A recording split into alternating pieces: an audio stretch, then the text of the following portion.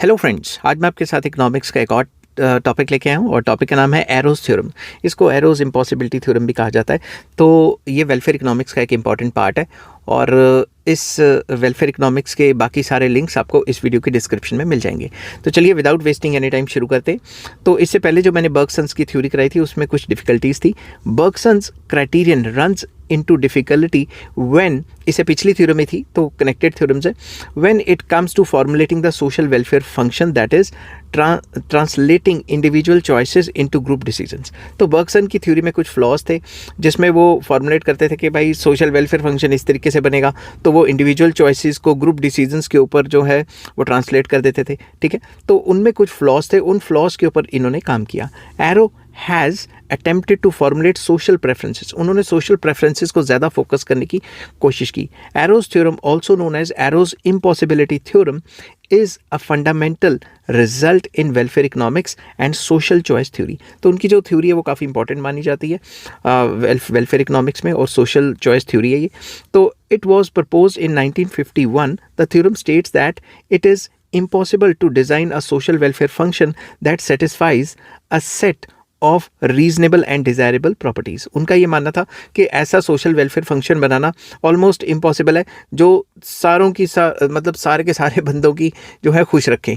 अब जैसे एग्जांपल के तौर पे मैं क्रिकेट खेलने जाता हूँ तो कैप्टन जो है वो बहुत रेयर चांस होता है कि सारे प्लेयर्स को खुश कर सके, सबको बैटिंग या बॉलिंग दे सके। कईयों की आती है, कईयों की बैटिंग आती है, कईयों की बॉलिंग नहीं आती, कईयों की कुछ आती, कईयों की कुछ आती। तो उनका भी ये मानना था, मैं क्रिकेट का एग्जांपल आपको दे रहा हूँ क्योंकि क्रिकेट लवर्स इंडिया में बढ़ते जा रहे हैं।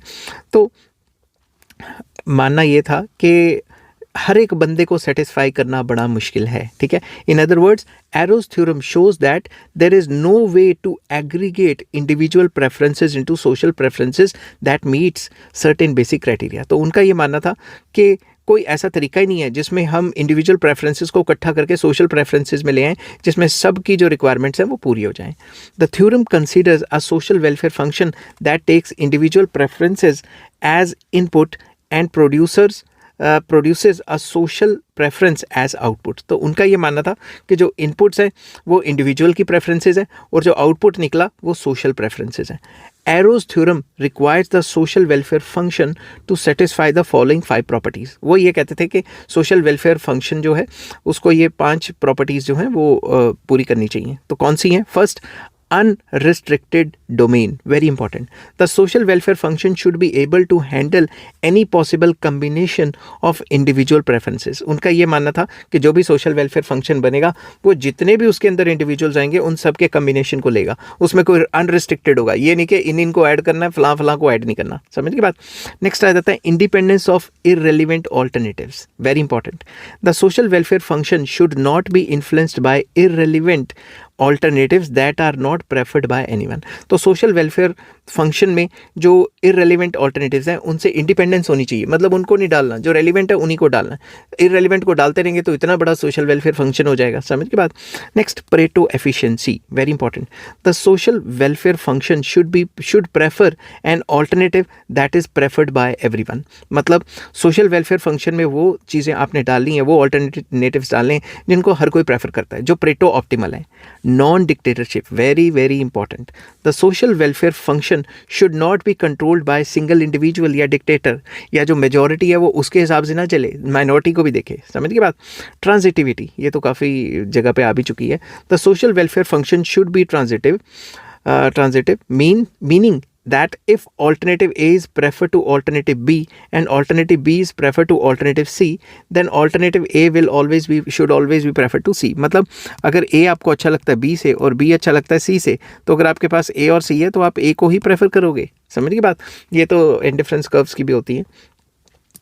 Arrow's theorem proves that it is impossible to design a social welfare function that satisfies all 5 of these properties simultaneously। उनका ये मानना था ये 5 प्रॉपर्टीज़ किसी भी सोशल वेलफेयर फंक्शन में होनी बहुत ज़रूरी है, मगर असल ज़िंदगी में ऐसा सोशल वेलफेयर फंक्शन बनाना बड़ा मुश्किल हो जाता है जिसमें ये सारी की सारी प्रॉपर्टीज़ हो। इन other words, any social welfare function that satisfies 4 of the properties will necessarily violate the 5th property। अगर पहली 4 प्रॉपर्टी सेटिस्फाई हो भी की तो 5th वाली वायलेट हो जाती है। ठीक है, अब आ जाता है एरोज एक्सियम्स। एरो की जो इम्पॉसिबिलिटी थ्योरी है उसमें कौन कौन से एक्सियम्स थे? Social preferences may be formed from individual preferences by legislators, directors और by majority rule applied to group choices. जो भी social preferences होते हैं वो या तो individual preferences पे based होंगे जो legislator बनाएगा उसी के हिसाब से, या जो कोई head of the department है उसका कोई director है, या majority rule ज़्यादातर वही चीज़ apply होती है. Not all methods are equally desirable और sensible. तो ज़रूरी नहीं है कि उनके सारे के सारे methods जो हैं वो desirable या sensible हों. अब मुसोलिनी और हिटलर की एग्जांपल ले लो, उन लेजिस्लेटर्स थे और अपनी जो पार्टी के भी लीडर थे और कंट्री के भी लीडर थे, मगर उन्होंने मेजॉरिटी के हिसाब से जो भी काम चलाया तो वो तो मतलब अच्छा नहीं था ना. तो arrow stated has stated axioms which social choices must meet in order to minimally acceptable. तो सिंपल वर्ड्स में उन्होंने स्टेट किए वो एक्सियम्स जिसमें सोशल चॉइसेस को मीट करना चाहिए, मिनिमम एक्सेप्टेबल सोशल चॉइसेस को ऐड करना है. कैसे? Number 1, social choices must be transitive. Very important. That is if an event A is prefer to event B and B is prefer to event C then C is not prefer to A. वही वाला transitive. अगर ए को prefer कर रहे हैं B से, ये वाली बात जो मैंने आपको ऊपर बताई थी कि अगर ए को प्रेफर कर रहे हैं बी से और बी को प्रेफर कर रहे हैं सी से, तो अगर आपके पास ए और सी है तो आप ए को ही प्रेफर करोगे. ठीक है. तो सबसे पहली कंडीशन उन्होंने कहा था ट्रांजिटिविटी होनी चाहिए. Second, social choices must not be dictated bye anybody with in और विदाउट द ग्रुप. तो social choices must not be dictated. कोई डिक्टेटर नहीं बन जाएगा, कोई डिक्टेट नहीं करेगा. ये सबकी सम टोटल ऑफ चॉइसेस होंगी. ये एक या एक से ज़्यादा बंदों की या मेजॉरिटी की नहीं होनी चाहिए. ठीक है. तीसरा पॉइंट आ जाता है, social choices must reflect individual preferences and must not change in opposite direction. That is, a choice which would have been otherwise made must not be rejected just because some people favor it more than others. मतलब अगर majority है तो उसको देख के जो minority वाले हैं उनके ऊपर थोपना नहीं है कुछ. समझ के बात? तो इंडिविजुअल प्रेफरेंसेस को सारी इंपॉर्टेंस देनी है, और ऐसा नहीं कि भाई इंडिविजुअल को प्रेफरेंस दे देनी थी मगर मेजॉरिटी ये चाहती नहीं है तो ना करो. ठीक है. तो इंडिविजुअल फ्रीडम्स की भी केयर करनी है पूरी. Furthermore, if no individual prefer A to B and at least one person prefers B to A, society must prefer B to A. अगर मतलब सारे के सारे कह रहे हैं नहीं जी हमें तो A ही चाहिए B से अच्छा, तो ठीक है, जिनको वो चाहिए वो ले लें, और जो प्रेफर कर रहा है B को A से तो वो A ले ले. अब मैं आपको एग्जांपल देता हूँ. अगर मेजॉरिटी प्रेफर करती है कि उन्होंने लीकर या सिगरेट नहीं पीनी लीकर या सिगरेट नहीं पीनी, ठीक है, बट माइनॉरिटी में कुछ लोग कहते हैं कि भाई हमारी आज़ादी है, हमें पीने दो, हमें क्यों रोक रहे हो. तो सरकार उनको रोकती थोड़ी ना, बस उनके ऊपर टैक्स टुक्स लगा देती है उनको डिस्करेज करने के लिए. क्योंकि सरकार को भी तो कमाई अच्छी है ना. कोरोना के टाइम पे अच्छी कमाई की है सरकार ने इनके ऊपर टैक्स, लीकर वगैरह के ऊपर टैक्स लगा के. तो सिंपल वर्ड्स में आप किसी भी इंडिविजुअल की चॉइसेस को इग्नोर ना करें. ऐसा एरो ने कहा था कि अगर कोई इंडिविजुअल करना चाहता है तो वो अपना साइड पे बैठ के कर ले, जिसमें वो कोई मतलब उसका कोई नेगेटिव इम्पैक्ट ना हो सोसाइटी पे. The ordering of social choices must not change so long as individuals do not change their own ordering of alternatives. तो individuals जब तक अपना alternative change नहीं करते, सोसाइटी उनके ऊपर कुछ ना थोपे. ठीक है. But when individual ranking changes, the ranking of social choices must change. अगर इंडिविजुअल्स चाहते हैं कि भाई उनकी रैंकिंग चेंज हो जाए और वो डिफरेंट टाइप के गुड्स एंड सर्विसेज को प्रेफर देते हैं, तो सोसाइटी को उस हिसाब से चेंज कर लेना चाहिए.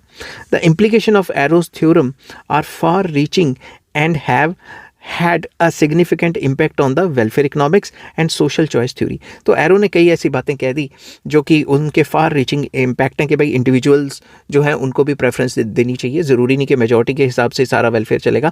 It suggested that there is no perfect way to aggregate individual preferences into a social preferences and that any social welfare function will necessarily trade off and compromises. तो उनका ये मानना था जब हम इंडिविजुअल को फोकस नहीं करेंगे तो जिस टाइप का भी सोशल वेलफेयर फंक्शन बनाएंगे उसमें मेजॉरिटी जो है टांग फंसाएगी. तो इस हिसाब से जो सोशल वेलफेयर फंक्शन है उसको बनाने में काफ़ी ज़्यादा कॉम्प्रोमाइज़ हो जाएंगे. ठीक है.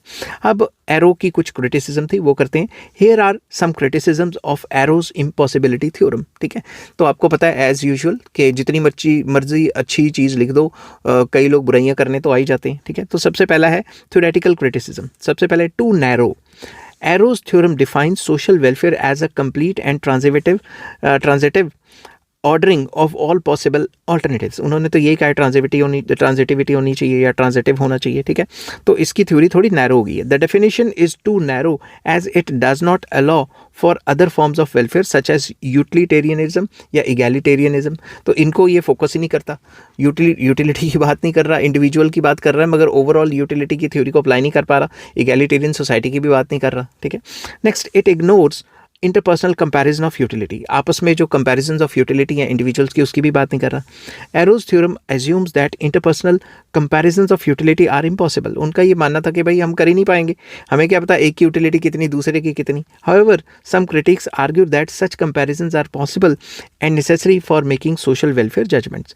कुछ इकोनॉमिस्ट का मानना था कि ये भाई ज़रूरी होता है कंपेयर करना, उससे हमारे को और ज़्यादा डाटा मिल जाता है, हम और अच्छे से सोशल वेलफेयर जजमेंट्स कर सकते हैं, सोशल वेलफेयर फंक्शन को अच्छे से बना सकते हैं। Third, it assumes that this theory assumes that individual preferences are fixed, ठीक है। Arrow's theorem assumes that individual preferences are fixed and do not change over time. Over the period of time जो है वो same रहती हैं, वो change नहीं होती, ठीक है। However, in reality, individual preferences can change due to some factors like education and experience. तो अगर उनका थोड़ा बहुत लॉन्ग टर्म में चेंज आता है एजुकेशन की वजह से या फिर एक्सपीरियंस की वजह से, तो वो अपने उसमें चेंजेस कर सकते हैं, ठीक है। अब इसके प्रैक्टिकल क्रिटिसिज्म भी हैं कुछ। Does not provide a clear guide for policy, Arrow's theorem does not provide a clear guide for policy making as it shows that there is no perfect way to aggregate individual preferences into social preferences. तो ये political लोगों के लिए इतनी important नहीं बनी, क्योंकि वो कहता था कि भाई इंडिविजुअल प्रेफरेंसेस को लेके सोशल प्रेफरेंसेस बनाना काफ़ी मुश्किल है, क्योंकि इंडिविजुअल्स डिफरेंट टाइप के, उनकी अलग अलग टाइप की होगी, तो सोशल वेलफेयर फंक्शन बनाना मुश्किल हो जाएगा। It ignores the role of institutions, very important. Arrow's theorem assumes that social welfare is determined solely by individual preferences. उनका ये मानना था कि जो सोशल वेलफेयर है, सोशल वेलफेयर फंक्शन है, ये इंडिविजुअल प्रेफरेंसेस के ऊपर बेस्ड होता है। However in reality institutions such as government and markets play a crucial role in determining the social welfare. तो सरकार या फिर जो मार्केट्स हैं वो सोशल वेलफेयर को डिटर्मिन करने का तो काफ़ी जी जोर कोशिश करती हैं। डिमांड, जो मार्केट है वो डिमांड सप्लाई के ऊपर चलती है, और जो गवर्नमेंट्स हैं उनके भी जो फिजिकल एंड मॉनेटरी जो ऑपरेशंस होते हैं उसके हिसाब से भी इकोनॉमी जो है ड्रिवन होती है। It does not account for uncertainty. Arrow's theorem assumes that all possible alternatives are known and can be ranked by individuals. उनको पता था कि हर एक जो पॉसिबल ऑल्टरनेटिव्स हैं पता है और रैंक कर सकते हैं। However in reality there is often uncertainty about the outcomes of the different alternatives. तो अनसर्टेनिटी की बात तो की नहीं, जो भी ऑल्टरनेटिव लिया उसका आउटकम क्या निकलेगा वो तो बताया नहीं, अनसर्टेन भी तो हो सकता है ना। फिर उसके बाद फिलोसफिकल क्रिटिसिज्म्स भी हैं इसकी। सबसे पहले challenges the notion of social welfare, very important. Arrow's theorem challenges the notion of social welfare as it shows that there is no perfect way to aggregate individual preferences into social preferences. उन्होंने challenge कर दिया था कि social welfare function जो बर्ग्सन ने बनाया वो तो हो ही नहीं सकता, क्योंकि इंडिविजुअल की प्रेफरेंसेस इतनी सारी हैं, कैसे इकट्ठी करके सोशल प्रेफरेंस बनाएंगे उसकी। Second point, raises questions about the nature of democracy. उन्होंने डेमोक्रेसी की नेचर पे क्वेश्चन कर दिया। Arrow's theorem raises questions about the nature of democracy as it shows that there is no perfect way to aggregate individual preferences into a social preference. उन्होंने कहा भाई जो majority वाले होंगे डेमोक्रेसी में उन्हीं की बात मानी जाएगी और इंडिविजुअल्स को इग्नोर किया जाएगा, तो उन्होंने क्वेश्चन कर दिया था। Next, highlights the importance of value judgements. उन्होंने वैल्यू जजमेंट्स को काफ़ी ज़्यादा ही जोर दे दिया। तो Arrow's theorem highlights the importance of value judgements in making social welfare decisions as it shows the different value judgments can lead to different social welfare functions. तो उन्होंने ये भी कहा कि भाई इस तरीके से वैल्यू जजमेंट के ऊपर करो, मगर जो वैल्यू जजमेंट है वो अपने अपने हिसाब से होगी, और अपने अपने हिसाब से होगी तो डिफरेंट टाइप की रैंकिंग्स बन जाएंगी। Next, economic criticisms. It ignores the role of markets, very important. Arrow's theorem assumes that social welfare is determined solely on individual preferences. तो जो भी सोशल वेलफेयर है वो इंडिविजुअल प्रेफरेंसेस के ऊपर ज़्यादा बेस्ड होता है। However in reality markets play a crucial role in determining social welfare. Market demand and supply के हिसाब से डिसाइड करेंगे ना किसको कितने रुपए में सामान मिलेगा और कितनी क्वांटिटी बनेगी, तो मार्केट्स भी तो मेन फैक्टर हो सकती हैं सोशल वेलफेयर के लिए। नेक्स्ट आ जाता है, it does not account for externalities. Arrow's theorem assumes that all externalities are internalised. सारी की सारी एक्सटर्नैलिटीज़ को इंटरनलाइज कर लिया। However in reality externalities have a significant impact on social welfare. जो एक्सटर्नैलिटीज़ हैं, पॉजिटिव नेगेटिव इफेक्ट्स हैं, उसके हिसाब से भी एक्सटर्नैलिटीज़ के ऊपर मैंने अलग से वीडियो बनाई हुई है, तो एक्सटर्नैलिटीज़ के हिसाब से भी हमारा सोशल वेलफेयर फंक्शन ऊपर नीचे होता है. Ignores the role of information, very important. Arrow's theorem assumes that all individuals have perfect information about all possible alternatives. तो हर एक इंडिविजुअल्स को पता है कि उसकी कितनी पॉसिबिलिटीज़ हैं. However in reality information often imperfect and this can affect the social welfare. हर एक बंदे को जो है इन्फॉर्मेशन हो भी नहीं सकती, और इन्फॉर्मेशन ज़्यादा या कम होने से भी उसका जो वेलफेयर है, उसकी जो प्रेफरेंसेस हैं, वो ऊपर नीचे आती हैं. ठीक है. आई होप ये वीडियो आपको पसंद आई होगी. अगर पसंद आती है तो please like, share and subscribe. Next topic मैं आपके साथ लाऊंगा ग्रैंड यूटिलिटी पॉसिबिलिटी फ्रंटियर. उसका भी लिंक आपको इस वीडियो की डिस्क्रिप्शन में मिल जाएगा. Take care, bye bye.